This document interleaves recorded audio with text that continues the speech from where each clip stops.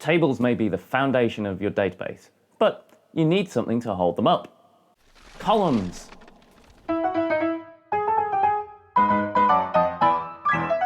Every table in your database will have at least one column. Each of these should hold values for one aspect of the objects the table stores.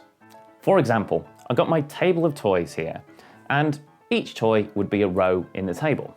Now I might have columns to store things like the color, the weight, and the cuddliness factor.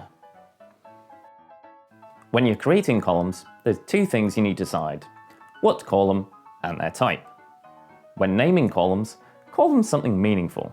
For example, I could call these Jeff and Bob, but that doesn't tell me what information they hold. Better to have boring names like color, toy name, and so on. Otherwise, it just gets confusing. Far more important is to choose the correct type for your columns. Get this wrong, and not only will your tables look silly, you'll never be invited back to Architects Club. But most importantly, your tables just won't stand over time. Wrong data types can lead to all sorts of unexpected errors and performance problems. So let's look at common data types and when you'd use them. Numeric columns store things which are, well, numbers. For example, the price of a toy, its size, weight, and so on. Oracle Database has several predefined numeric types. Each have different precisions. Choose the appropriate type based on the data you want to store.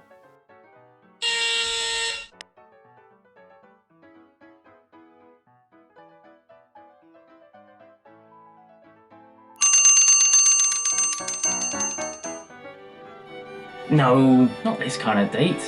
Calendar dates. These store when something happened or is planned to happen. It's really important that you use data types when you do this. Not numbers, not strings, dates. Dates are stored down to the second. If you need to be really precise, check out timestamps. These go right down to nanoseconds. And they can also store time zone information. This is great if your colleagues work in different parts of the world.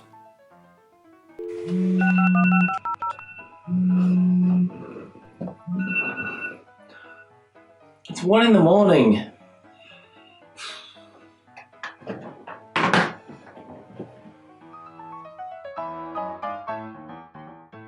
One one one 010110 0111 010 0111 010. Block. Strings hold general purpose text, descriptions, names, or your innermost thoughts. You can also use these to store unstructured data. The primary data type for these is varchar2, but if you're storing huge amounts of text, use a clob. That was a quick rundown of the main data types available in Oracle Database. There are other, more specialized data types available too. For more information on those, or any of the other stuff we've discussed so far, take a look at the links down in the description. But remember, choosing the correct data type is one of the most important decisions you can make when building a table. Get this wrong, and you could be regretting it for years. So now you know how to create columns and tables, but that still leaves an important decision. How do you decide what goes in which table and in which column? We'll take a look at that in the next episode. Thanks for watching. Subscribe to my YouTube channel to learn more about database development and see SQL magic.